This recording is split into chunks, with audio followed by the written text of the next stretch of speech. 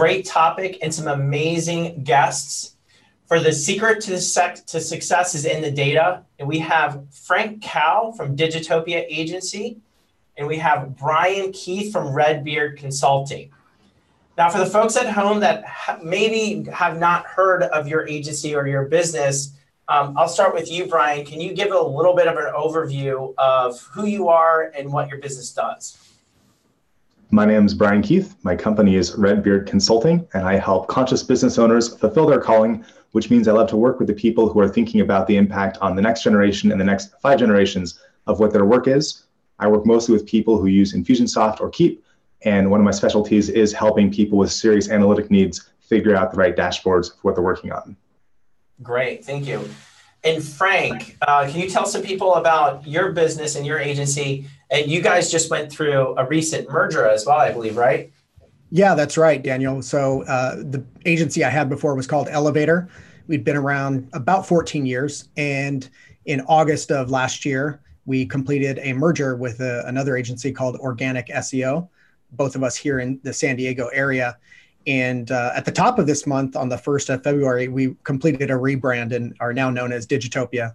So as Digitopia, we're a digital agency focused heavily on the strategic aspects of digital. So we're taking our clients through the continuum of marketing, sales, and service, aligning those departments across process, platform, and people.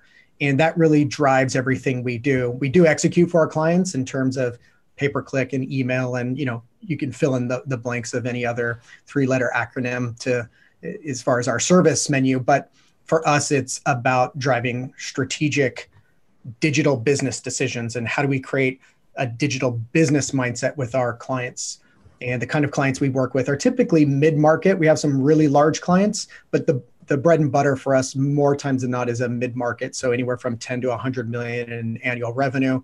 And we're helping them, create that alignment and create that strategy that allows them to be much more purposeful and efficient with what they're doing as an organization. Absolutely wonderful. Great. So gentlemen, the topic today is the secret to success is in the data. And I feel like there's a lot of information out there, and sometimes clients and marketing departments get lost in what they should track and what's important. And so, there's different categories of advertising metrics, marketing funnel metrics, and it goes all the way down. And so with departments and business owners kind of almost getting into a paralysis state of, what do I track? What don't I track? What's important? I'm going to start with you, Frank, and say, from an advertising perspective, at least with the businesses and the agency that you run, what's important, or what do you think people should be focusing on? So I did a talk recently on this very topic to a group of entrepreneurs and business owners. And the big takeaway that I tried to impart upon them was this idea of being trend focused on the big picture numbers. I find the number one mistake most businesses make is they look at marketing campaigns, they look at marketing results on a per campaign basis. And in my opinion, if you're judging whether or not your overall marketing is successful by looking at individual campaigns, you're probably never going to be happy. Because as marketers, having done this a long time, we all know that an individual campaign is hit or miss. Sometimes it works, sometimes it doesn't. The success rate on an individual campaign is actually not that high. But if we step back, if we zoom out a bit and look at the totality, the body of work of what's happening in marketing, that really should tell the story, and that really should be how we judge marketing. So I'm very much about encouraging people to be trend focused on the big picture numbers. And so that means we're looking at things like cost of customer acquisition. So is our COCA, cost of customer acquisition, is that number trending down, right? As opposed to, for this particular campaign, our COCA was $3,500 and it's not supposed to exceed $2,500. And instead of looking at that and freaking out that we're way out of whack, what's the trend? Because how long in the future do you look? What's that? How long in the future do you look when you're looking at what kind of trends matter, and how long on that trend? Do you look like what's going to happen in the next year, or are you looking at over 5 years, we're trying to get our COCA down and aimed at this, or for any other metric? So a couple of ways to answer that. One, we define COCA up front of what an ideal COCA would be for that client. And so we do what we call basic business math. And I find that most organizations have not done this basic business math, which is just taking a few simple numbers. What is the lifetime revenue on this average kind of client you're going after? What is your average margin on that kind of client? Multiply those out and you get your average lifetime revenue. And then this question becomes, of that lifetime revenue, how much of that are you willing to carve out towards acquisition to where you'd be absolutely happy every day of the week writing that check for acquiring that average customer? And so that COCA number is what we use as an initial benchmark of what we're aiming for. And then as far as like future looking, for me, the trend is about like what's been happening. So, over the past however many months we've been working together, where is it going? Is it trending up or is it trending down? And that's really the number one thing that I would encourage clients and business owners to do, is look at the trend of what's happening. Because if we get caught up in what's happening on a per campaign basis, it's just, it's a lot like, let's say our goal was let's use a personal example. Let's say, for example, we're out of shape. We haven't seen a gym in years. And let's say our goal was to get sexy, right? Like we're going to get sexy and that's our goal. We want to do it.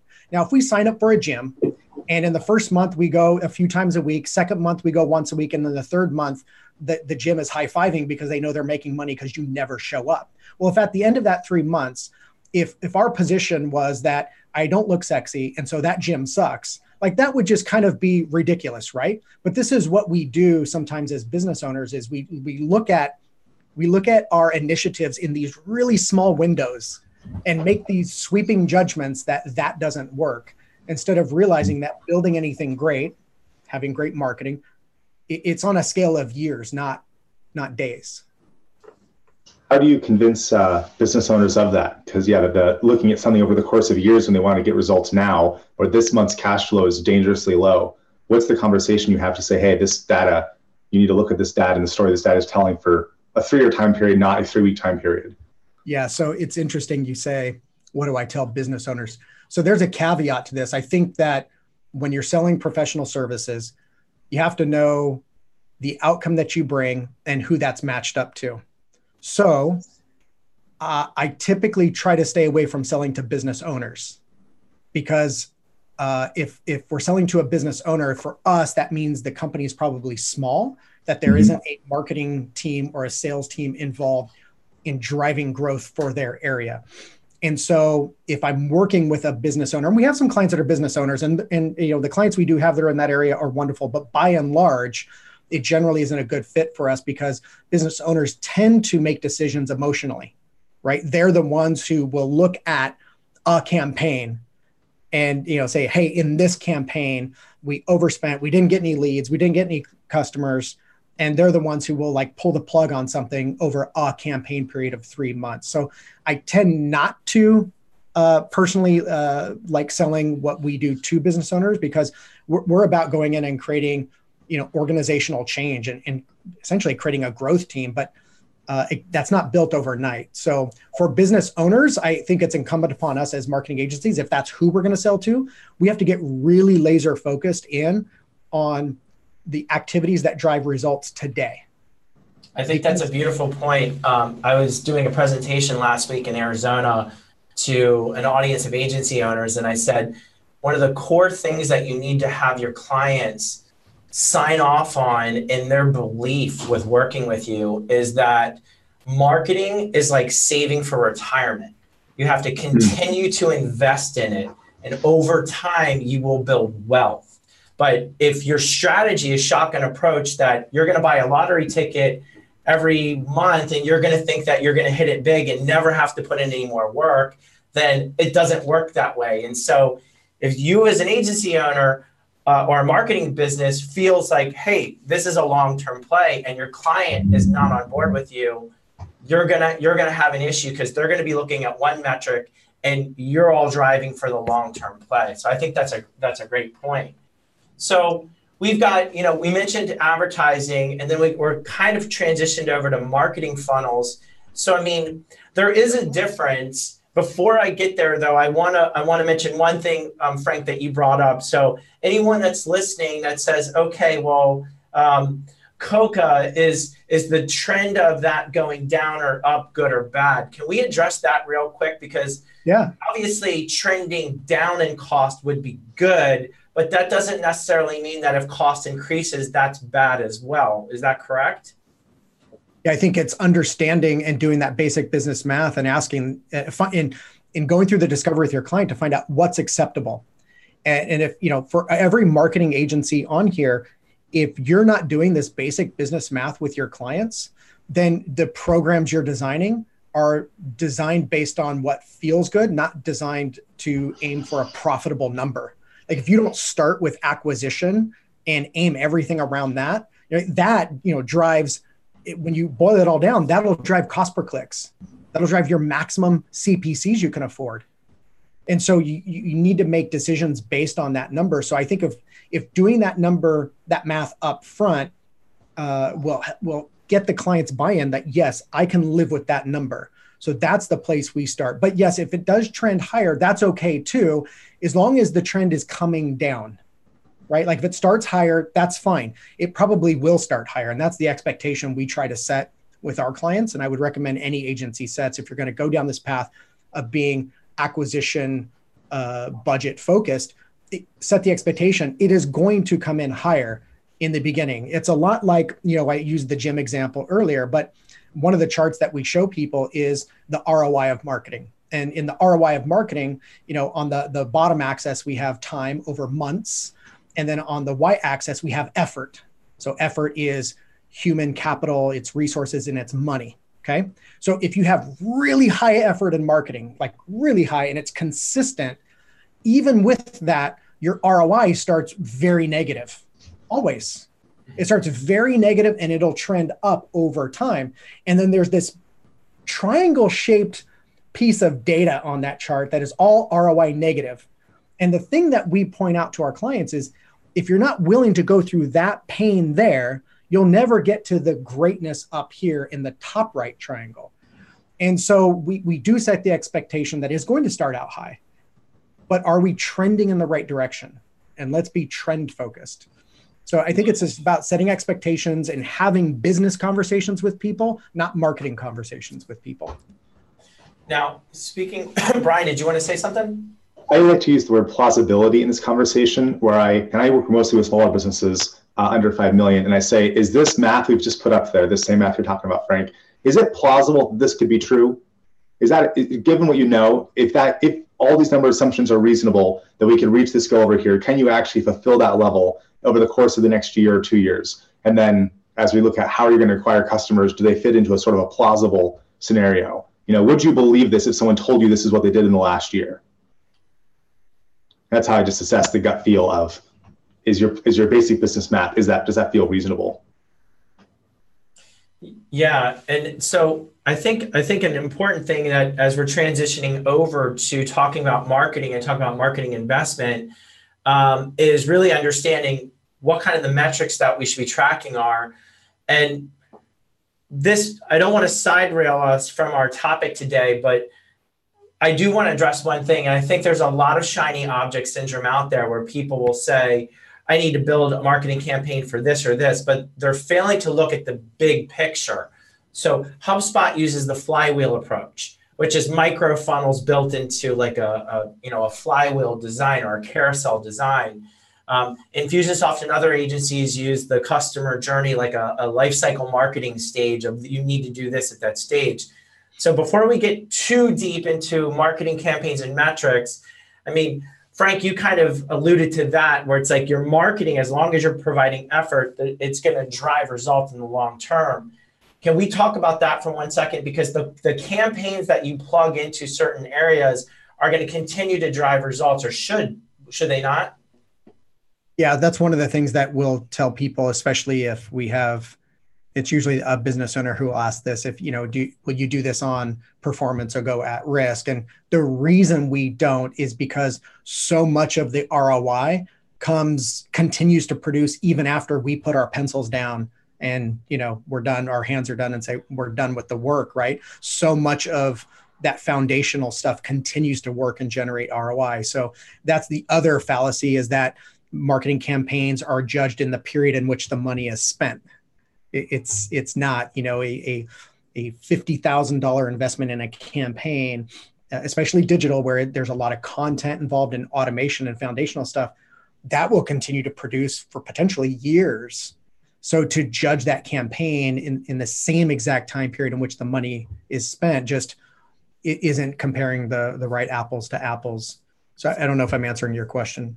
No, you definitely are. And I think that's a good point. That's one of the things that I think a lot of people kind of miss, because there's a lot of information out there and there's a lot of, great results from marketers and things like that. But I think people get focused on like microcosms of, hey, I'm going to look at my 90 days, but they're not looking at, hey, if you've invested in this, this is something that in the right time with the right automation sequence, this thing is going to continue to fire, hopefully nurture and then convert and drive revenue all the way through every time someone enters into that piece of that funnel. Yeah, one of the things that we do, so we have 5 core philosophies that drive our digital business methodology, and one of them is hyperspecificity. So this principle says that our efforts should be hyper-specific on buyer personas and buyer persona situations. And so if we develop a campaign, that campaign needs to be hyper-specific. And oh, by the way, we start with just one or maybe 2, maybe 3, depending on the size of the organization, their budget. But the reason we have to start with one is that it needs our full attention to make sure that it's up and running, it's successful, that team proves their value to the rest of the organization, to the executive team, so they can start to get acclimated to these philosophical mindset shifts that they need to make on how they view marketing. Additionally, if we look at the world today is so crowded and noisy and cluttered. I mean, just look at our own industry. I could throw a rock outside my office and probably hit a couple of marketing agencies. It seems to be the thing you do if, you've run out of options and you've got a laptop, right? Start a marketing agency. And so what that means is that in that sea of noise, that as it's incumbent upon us to figure out our specific audience that we're going to hone in on and the specific situation that we solve. That's the same for our industry and our clients as well. They're battling all of this noise as well. It's a very crowded, noisy world we live in. So that's the other thing that we do. That's a core philosophy that drives us. And we make that a massive part of our conversation when we're having those conversations with potential clients. And if they don't buy into that and they want to stay more generalized and scattered, it's not going to work. It actually does not align with our methodology. We'll go to do our work and it just will actually clash. It just won't work. That's and interesting. So our method, we're very much sticklers about our methodology. That's not to say that there's a cookie cutter approach, but there is a process, and we believe in it. We believe it's what creates marketing greatness, but the philosophical points we have to be in alignment there. If we're not, it's not going to work. Brian, and then we need the actual, go for it, Daniel. No, go ahead. Then we need the actual data to go be in alignment with the philosophical stuff. And so tracking whatever it is we agreed to go do, like in my case and my clients, to say, okay, well, are you willing to go do these particular marketing activities for however long it's going to take to get some kind of result? And then how are you tracking that? Because if you're not tracking, if you're actually doing what you said you were going to do. So we talked about editorial calendars, Daniel, a while ago. And is your editorial calendar actually designed to both deliver on the high level focus, but then are you actually doing it? Do you have a feedback mechanism that tells you and your team, is this being done? Whether that's in Google Calendar or a spreadsheet or wherever, so you can accurately assess, besides having a good plan, did I actually carry out the plan? So you can take proper corrective measures and then collect that data about, did you do the thing you said you would do, with what are the results you're getting from that thing? If you're not doing the thing and then you're not seeing results, your customers aren't the problem, you're the problem because you didn't do the thing. So no wonder you're not getting the results you expected. I'm going to pose this question to both of you gentlemen. Brian, I'm going to start with you because obviously you two work in different sized markets, which is I think is a perfect blend and combination for this discussion. So there's customers out there that know they're getting sales, but they may not know exactly who to go after. I mean, some businesses have multiple avatars that they should be reaching out to or that they reach out to. So if someone comes to you, where do you start? Like what defines what audience that you're going to go after for them? Ask two questions. One is, who do you want to be working with? If you had your magic wand, who would you be working with over the next 12 months? And then I say, who has actually given you cash in the last 12 months? And then there's some amount of Venn diagram goodness where, to some extent, ideally, the people you want to be working with are the people you are working with. But then there's some people who are either you're currently working with them, but for whatever reason, they're not part of your ideal world, or they're part of your ideal world, but you're not working with them yet. And then that leads to the question of, why are you still working with these people? Is it because you need the cash? Is it because they're friends of yours? Whatever. And the people you want to work with, why aren't you working with them yet? Is it because you haven't called them, or you don't have the right services for them, or your team can't fulfill that? Whatever. And we go from there to figure out, why aren't you moving into that area you want to be in?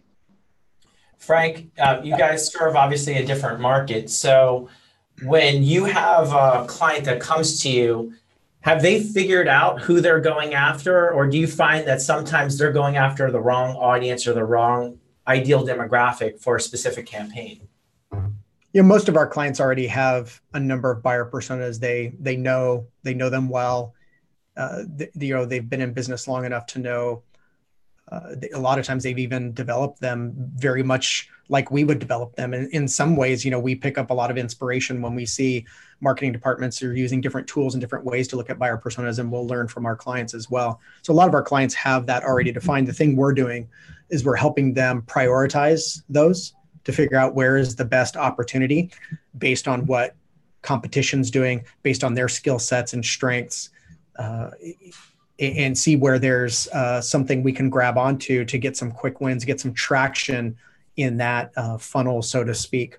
And that prioritization is really one of the biggest things that we help them do. And then the other thing that we do, which most people haven't done, is then we'll do the business math on that buyer persona based on what they're most likely to sell to that buyer persona to solve their focus pain point.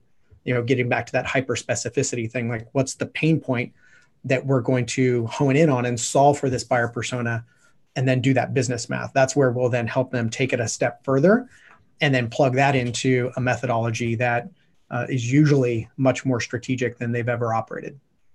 And so I'll pose the question to both of you gentlemen. For buyer personas, do you find that different personas have different buying patterns and different profitability for businesses? Very much so. Can I share a spreadsheet? Yeah, go for it. That's about all I ever do is share spreadsheets. Let me go blow this up so it's easy for folks to see on smaller computers. So my marketing is largely for my company around specific groups the people are in, as opposed to persona-based. Like the persona is, they're part of this particular group, whether it's this group on Facebook or this person's customers, that kind of thing.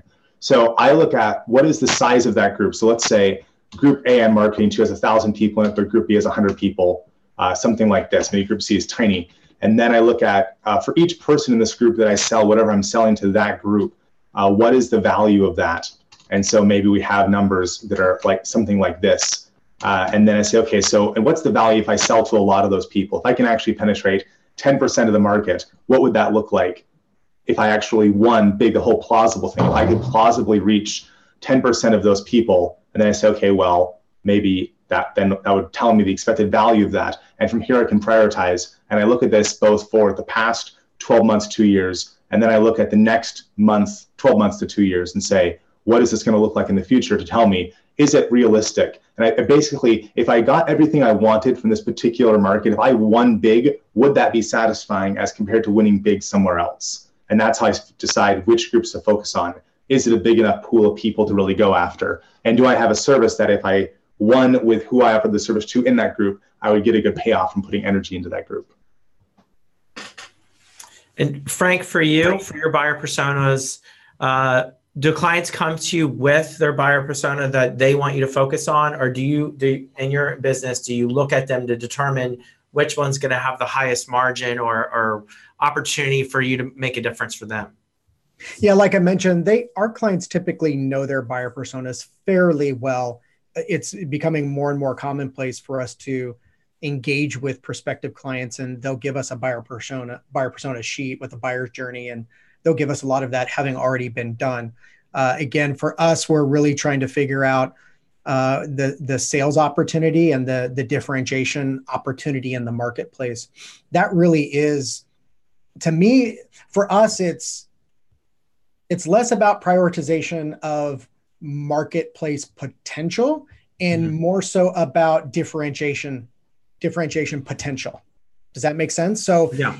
if we pick one that's like big market opportunity, but there are a lot of competitors out there saying the same thing, our marketing will have a harder time connecting and engaging and getting momentum.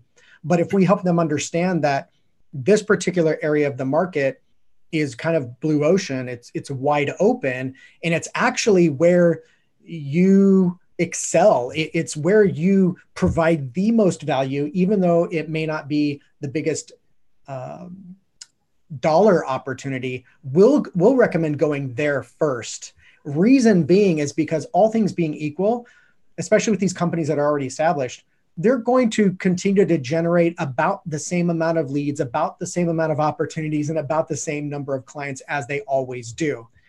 Our opportunity is to come in and do the thing that's going to be uncommon compared to what is generally kind of already happening. So if we can find that differentiation opportunity, then we're going to get much more momentum with the kind of things that we're producing and putting out.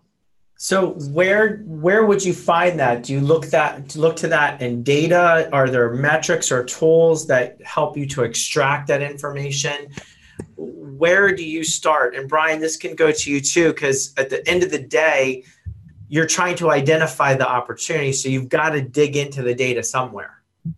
Yeah, for us, we're looking at a lot of existing data they already have in their organization. That's the nice thing about an existing organization that's mid-size. They have a lot of this data in their walls already. So we're going through their existing data. We're also doing a bit of online research, whether that's search stuff that's very typical digital marketing-esque, or we're just doing competitive analysis and looking at the different competitors in the marketplace.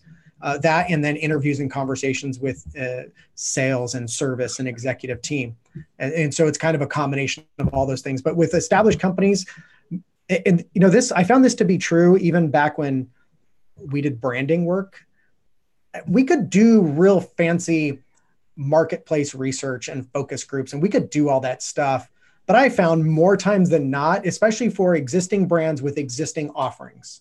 For brand new, there's marketplace research really helps. But for existing brands, existing offerings, existing client bases, the data's there. It's in there. Our job as experts is to figure out how to pull it out and find the nugget that's already there and help them position that to the world in a way that's not being done. And so that's kind of our approach, because we are dealing with organizations that already have an engine kind of running. Are there any key things that you look for in numbers for any specific things? And I know there's probably an unlimited amount of things that you guys probably look at for different scenarios, but do you find yourselves looking at a few different things every time when you walk in to pull that data? Yeah, we're looking at previous revenues in that area compared to overall revenues. We're looking at their close rates. So I want to understand, how many of those opportunities, how many of those leads does it take to create opportunities? How many of the opportunities does it take to create a customer? So I want to look at their conversion rates along that path. And those can be very telling as to, how I use the word momentum. And that's a big word for us. It's a really important word for us, because I find, especially as agencies, if we can't create momentum, we're going to lose trust and faith by the people that hire us, which is why we tend to focus on the marketplace opportunity that has the most momentum potential as opposed to the biggest dollar potential. Because we can get to the bigger opportunity, the dollar opportunities, but if we don't create momentum, we're not going to cement that relationship, and we're going to lose that trust quickly. That's a great point. On the smaller business side, I look at an entirely different set of metrics, which is who are you competing with? How big are they? Why do you think you're going to be able to beat them? And if you're not competing with people in the particular offering, why is no one else already there? And how can you establish a long-term defensible position that no one else will be able to just come and take from you easily when someone smarter than you with more money than you shows up? Because I say, hey, there's always someone smarter with more money than you. So what's your long-term defensible position going to be? And usually that comes down to relationships of some kind or some kind of affinity group, where can you build a relationship that is going to be hard for someone to go and take from you? Now, and that's a good point. Frank, you had mentioned sales, and that was my next topic that I wanted to bring up. So when we're looking at sales numbers, and marketing is directly tied to sales, and sometimes it's indirectly because it's over a period of time, right? Are there key things that you all are looking at? I know you already kind of talked about a couple of them, like conversion, how many leads does it take? So let's dive into that for a second, because I feel like that was a lot of valuable information that you had mentioned, and some people may have lost it right in there in the midst of the discussion for marketing. So for sales metrics and numbers, what are really important to you that's going to show, for example, either, as you had said, momentum for that company moving, or that they're doing a really good job? And that's figuratively speaking here. So are there some key things that you're looking for? Yeah, we're trying to create opportunity. I mean, marketing's job is to create a sales conversation. And so that cost per conversation, or cost per appointment, or cost per opportunity, however that organization wants to call it, that's really the driving number in marketing, right? And then ultimately we can extrapolate out, like, once sales is done with it, what's the cost of acquisition, right? But the marketing's role is up to the point of the opportunity or that sales conversation. So we want to track that through and understand how that's trending.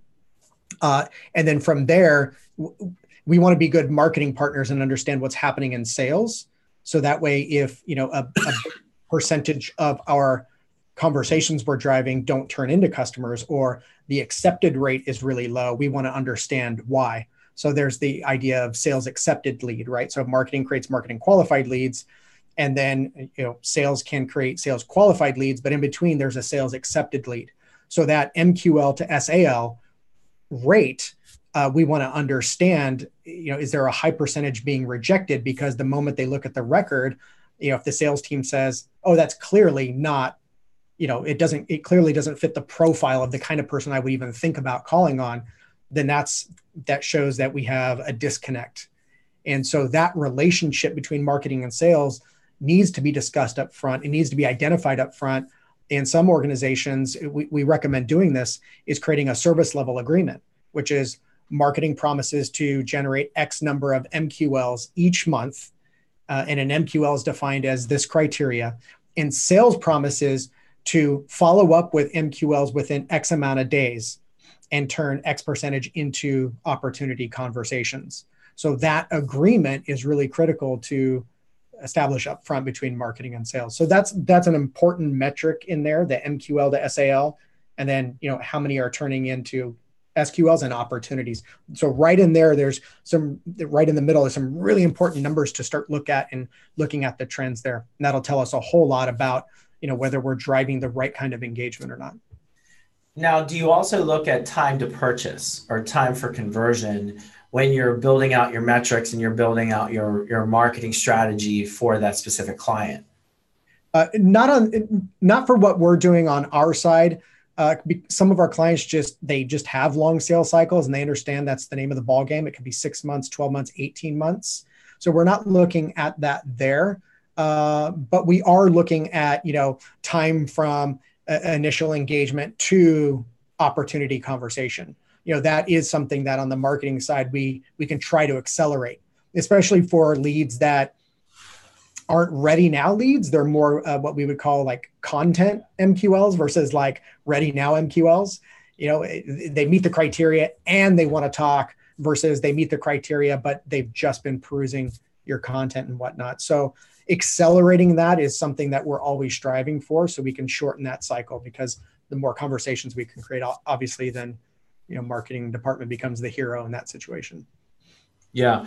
Brian, I'm going to pose this to you because at any stage of any size of business, you're going to have the qualified leads. You're going to have qualified leads that are ready to buy right away. And then you have qualified leads that are going to take some time, right? And so that moves over into a nurture stage where you have to follow up, provide, like as Frank had mentioned, is, provide content, provide other things to stay relevant for them. So are there things that you look for that are indicators in that nurture stage that says, hey, this person may be ready for a conversation. We should maybe start to change the conversation in the email or in the automation? So great metrics for that are things like how many lead magnets or emails from you have they clicked on in a given time period. If someone's clicked on one email in the last 6 months versus every email you send them, that's a pretty good indication. And then if you have some kind of links or content that are more just purely educational versus some that are much more, some people would call it more like middle of funnel or bottom of funnel, or just more sales oriented. Like if I have a link that says, schedule a 20-minute call with me, and then you click that link and we actually complete a phone call, a sales call, even if you don't buy, that means you're way higher up on the prospect list than someone who is reading every ebook and PDF that gets put out, but never clicks the link, even though they see the opportunity every time to go click something. So knowing that kind of thing and getting a sense of all the leads you have in your system, how active are they really? And then I've helped some clients to create health scores where they look at how many emails are they clicking on, what percentage of emails are they clicking on, maybe how often or how long ago do they have their last phone call with you, whether it's, there's all kinds of automation behind that. But if we know that it's been 4 months since the last time you got on the phone and you're only clicking on 10% of the emails you get, then yeah, maybe I shouldn't take you out my database, but I'm not going to go be reaching out to you more, and I'm not going to be spending ad money on you, whereas my ad money should probably go to the people who talked to me last week and they've been clicking on 80% of my emails. And they also, because they filled out a survey, I know they happen to be my ideal price point. And combining those things to have some kind of health score, because if you're looking at 1,000 leads and you have no unified health score, you're sort of saying, well, maybe I should call Bob, I don't know. And the ideal system will show you who to call right when you should call them. And that's where the health score idea comes in. That's good. In our agency, one of the things that we do is we try to educate our customers about classifying the content that they have. So if you've got a series of emails or you've got videos out there, whatever your content is, if you've got it classified to say, hey, this is sales focused, or this is a DIY, or whatever that classification is, to understand what kind of content they're consuming, then gives you a great indicator of what they're interested in. And then possibly, is it time for them to have the sales department reach out to them, or whatever next step in the strategy that you're going to play is. So I'll start with you, Brian, and then Frank, I'm going to go down to you on that question. Do you do content classification? And if so, do you track any of that as being an indicator of, hey, they should be reclassified either in your sales pipeline or for following up with a sales call or anything else? Sometimes I'm sure we should do it more. One of my clients, we classify based on their 3 main product lines, which is online classes, in-person classes, or manuals and other resources. And so we tag people based on what are they clicking there, and we can see something about how recently they're clicking it, and then have the right kind of follow-up based on which product are they showing an interest in most recently. And if you wanted to get fancy, you could add up how many clicks per 3 product lines across all time to get, but then also have that, your historical data. Then you could have your what's in the last 3 months or the last 6 months, what are they clicking on, what are they downloading, to say, well, this person, they joined us from manuals 3 years ago, but in the last 6 months, they're clicking on all these online classes things. Clearly, we should send them more online classes, emails, or call them about, do you have someone to register? Gotcha. And Frank, do you guys do any kind of content classification? Do you find it relevant, not relevant? Yeah, so what we do is when we set up our initial marketing automation systems for our clients, we mostly use HubSpot, but we have clients that are on Marketo or Pardot. And we try to do that, what I'm about to tell you, we try to do that in those systems as much as possible, but I'm a little biased, but they're not as capable of doing some of the way we set it up as we can in HubSpot. But generally, we do what's called a recent topic. And so up front, what we identify with our clients is what are the topics for which they can claim differentiating expertise. And from there, we'll end up with just a handful. We don't suggest very many because it's very difficult to support all of those potential topics because they each need content and not just one or two emails, but a length of time of nurturing. So once we identify those topics, then within each of the lead magnets, a hidden field will be what the recent topic identification is from a general standpoint. So for us at our agency, one of the big topics is strategy, right? So it's a strategic conversation. We're talking strategy, or process is because we call it process platform people. So if we identify them as process, that's the conversation track, then all the follow-up emails will just be a lens of strategy and process, and we'll just drive that message. If they converted on that lead magnet, we don't tend to want to try to satisfy every potential marketing topic in the book. We want to focus on the topics for which we feel we're above average in our expertise and the way we're able to talk about it, the unique thoughts we're able to bring to that conversation. So that way, when people hear it from us, they go, wow, I haven't heard it said that way, or you're explaining it in a way that makes it crystal clear. I love what you're saying. And so we prioritize those topics. And then what we do is when we set up the marketing automation, we have a pretty standard methodology for creating a foundation. So that way, any campaigns we build, it can tap into a few core things like a welcome series, a nurturing series, and an extraction series. And once those are in place, all the other campaigns can just leverage those. And of course, as we get into additional topics, we'll have to spin up additional nurturing series based on those topics, but we have the framework in place that we can follow. And when that particular topic is done, then we would have some sort of segmentation series that says, tries to introduce them to another topic, so to speak. But we get really specific on those topics, and it's very much that we don't want to try to address every potential topic under the sun. We want those topics to be our differentiating points. You want to own those topics. Yeah, like I would rather have sales conversations for people who say, we need a strategy. We need to get on the same page. We're not aligned in marketing and sales. We're doing a lot of stuff. It feels very shotgun, but there's no plan. Like that for me is a conversation that, not to brag, but I'll win most of those over my competitors all day long, because I'll go in and my team is all trained and built to think this way. We'll go in and we'll own that conversation. Whereas if somebody comes to us and says, I want my emails to have better open rates and click-through rates. I really have this email problem. Sure, my team can do that, but I'm going to win some of those and I'm going to lose a lot of those. So I don't want a topic track on email marketing, if that makes sense. I want topic tracks. That means my lead magnets that I put out have to be related to those topic tracks. Like I don't want a lead magnet on email marketing if I can't own the email marketing conversation in a way that's differentiated. Like I want to be able to, if I get a conversation for that, know that my competitors are going to be like, oh shit, I got to go up against this guy to talk about strategy. Like I want my competitors to go like, okay, they own that. Whereas if I go and talk about email marketing, then it's just like a tactical conversation that it's just kind of a lot of like conversation and speak that sounds like everyone else.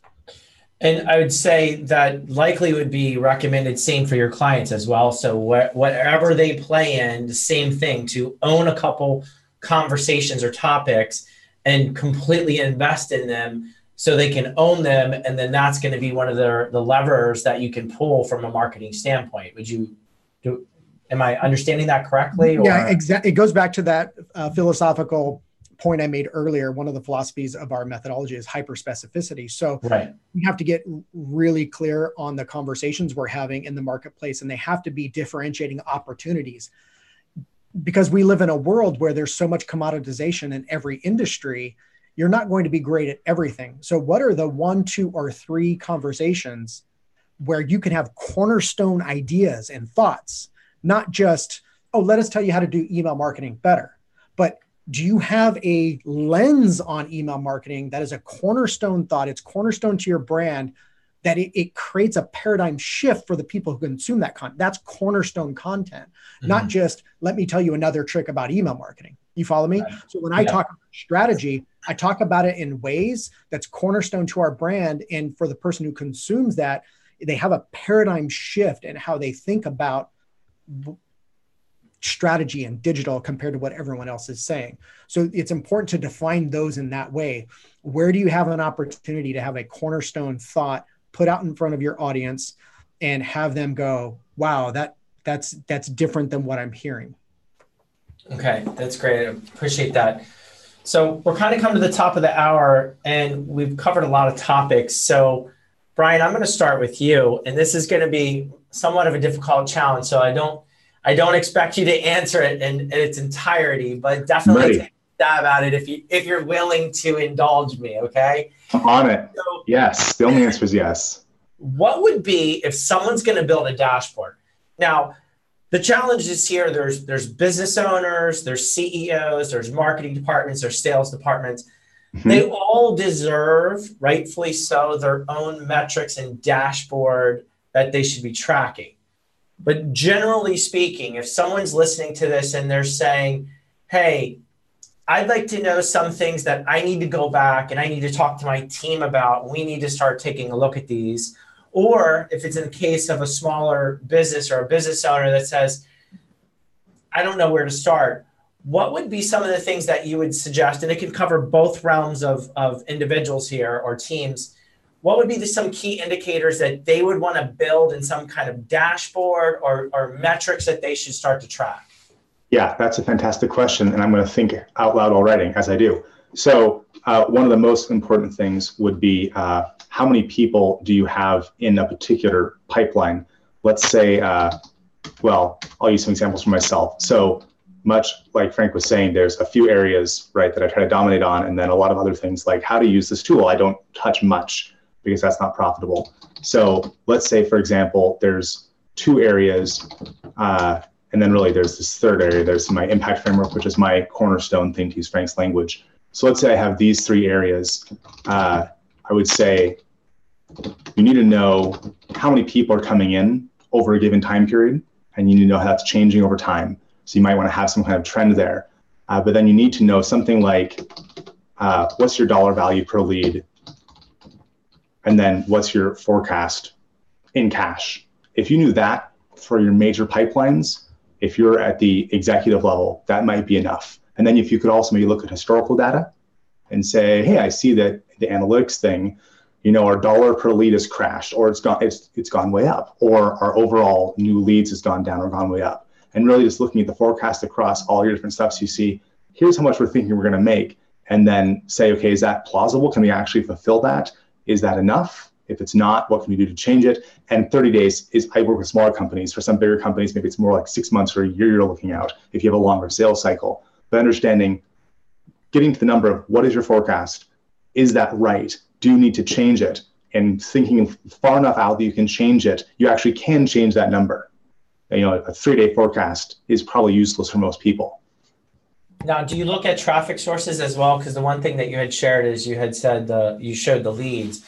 Do you also look at, and I know you're generalizing because we can't drill down really granular, but do you also look at traffic sources for the amount of traffic that's coming in? Yeah, so traffic sources, and you have traffic sources, let's say Facebook ads, then you have which entry point did they see?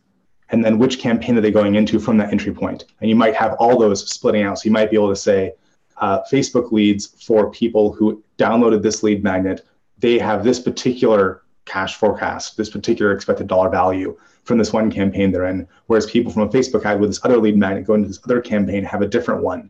And then you can go properly assess how much are you spending on each of those Facebook leads and make sure you're not wasting money on people. And then depending on the level you're looking at, if you're going a little bit deeper, I look at where is someone at in your overall cycle and what kind of ads should they be seeing there? Because you can automatically turn ads on and off in Facebook. So if someone is, they take a survey and they're a new lead, you were still exploring who they were. They took a survey and they answered you about their annual revenue. And now definitely not a prospect, at least for your primary service. Great. So turn off the ads for the primary service, turn on the ads for your low dollar thing or your affiliate offers to go monetize that somehow, but stop pitching them on your high end that they can't possibly afford. Gotcha. And Frank, I'm going to turn to you. So same question. I know it's an impossible way to answer it fully, but what would be key things that you would say that anyone at any level should be looking at? So I'll look at this from like the highest level that we could look at this, and I'll talk about this in terms of something I'm building right now for our agency that I also hope eventually cascades to our clients to influence their thinking. And so I look at, when I look at how to manage the agency and look at what's working, what's not working, I think of it as a flow. And so what I mean by flow is I want to look at the different areas of the business, such as marketing, sales, operations, admin, finance, and so on. I want to look at that in terms of literally how it flows from one to the other. So that means the lineup of marketing to sales to operations to admin to finance to R&D back up to me, the CEO, and then continuing that loop. And what I want to do is identify the one single KPI that matters most in each of those areas, not the 10, but what's the one critical one.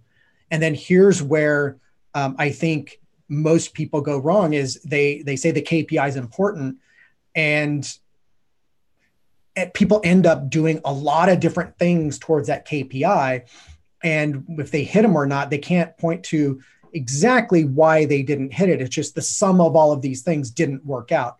So the next thing to identify below that are what I call the CBAs, the critical business activities. So if in marketing, for example, the number one KPI is MQLs, marketing has to provide MQLs to sales. Sales has to provide a certain number of clients to operations. Operations then has to fulfill and provide contribution dollars over to admin. You follow me? That flow, each one has one number.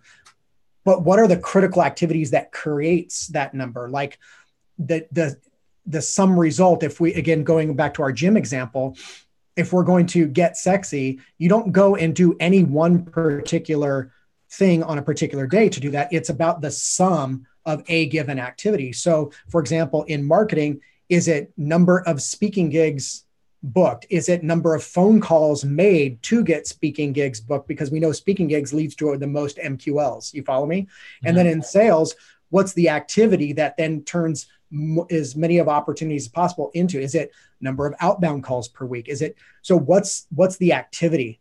And so for me, it would be a flow chart of how those things flow. So that way, as an executive, you could look at that and go, okay, there's a bottleneck right there. Our flow is stifled. Our flow is stopped.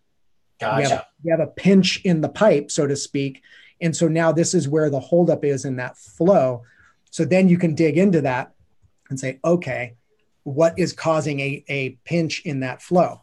And it's either going to be something inside or the previous feeder. Does that make sense? So for me, that view helps an executive not get bogged down in the weeds, and also will allow the executive team to do what they need to do to just make that flow happen. So that's the one dashboard that I would suggest to everyone and to executives is start looking at the flow of your business, start looking at the flow of your client's business if you're able to impact that, and understand the critical business activities that help create flow. Because if you can create a rhythm of those activities, then some weeks it'll be good, some weeks it'll be bad, but the net result will be positive because you're concentrating on the critical activities and you're cranking those every week. You're just cranking those and cranking those and cranking those. And that will net out to the kind of result you're after. Silly question for you. Is data important in the business and looking at the data to make decisions? Would you say that's, how important is that? To a degree. I think in many ways, organizations get caught up in too much data, right? I think organizations complicate things. Even big organizations at a high level, at a management level, don't need a ton of data. They need to understand, what are the critical activities? What is our economic engine? Our profit per whatever their economic, and they need to be just looking at a few things and being very honest about whether those things are working or not. People don't lack data. Organizations don't lack data. We have enough data. People lack focus and discipline to make decisions. That's the number one problem is people bury their head in the sand. We don't have a data problem. We have a leadership problem because the data is there. Spreadsheets are a great excuse to not get to work because it feels like work to do analysis. I tell my clients it's all about data plus gut instinct. That's how you make good decisions. And you have to use your experience, ideally your unique, competitively important experience, plus the data. If you have only one of these, you're either hoping and praying, or you're totally making mechanical decisions that don't incorporate your own actual experience. But yeah, I say pay attention to a few numbers. I was telling Daniel the other week that one of my big numbers is how many sales calls am I on a week? I don't care as much about how many of them convert because I know my average. I care about how many sales calls a week. And then I look in the future and I say, okay, 3 weeks from now, I have this many sales calls. Is that within bounds? Like you're saying, Frank, is it within bounds? If it's not within bounds, change my activity. I still have time to go change that because I need to have X many per week to meet my goals. Yeah, I mean, just again, going back to like the physical fitness example, like you don't need the most perfect routine on the planet, but if you do a decent routine consistently over time, you're going to win out, because the thing that many people have yet to figure out in business, it's so simple. It's about consistency in the critical activities. It's a consistency ball game, showing up every day and getting the reps in. And not binging. Yeah, exactly. Binging is the problem. I used to have some buddies who were talking about working out, and one guy saying, yeah, I binge exercise. And I thought that's painfully real, where I'll say, oh yeah, now I'm going to get strong. I'm going to go do my running. I'm going to go lift weights. I'm going to do it. And then 2 weeks later, I'm not doing it quite as often because I was binging, which is, it's exciting. Whereas actually every single week saying, how many sales calls will I have next week? Is that within bounds? Who am I going to talk to get them on the calendar? That's not exciting. Winning is exciting, the long-term effect of that. But in the short term, binging is way more exciting because it's new and fun, and I want to go do new stuff because I'm a human.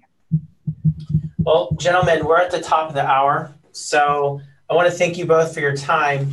Now, Brian, for anyone who's viewing this and they want to learn more about your agency and get a hold of you, how might they do so? To get a hold of me, go to redbeardconsulting.com. There's a little bit about what I do there, and there's a link to go become one of those sales calls. All right. And Frank, for people that want to learn more about your agency, how would they go about getting a hold of your agency or learning more about what you guys offer? Yeah, just go to our website, digitopia.agency. Go there, it'll tell you all about, like most websites, what we do. And if you want to connect with us, there's ways to do that there. You could also just shoot me an email, fcowell, FCOWELL at digitopia.agency. More than happy to field emails. Awesome.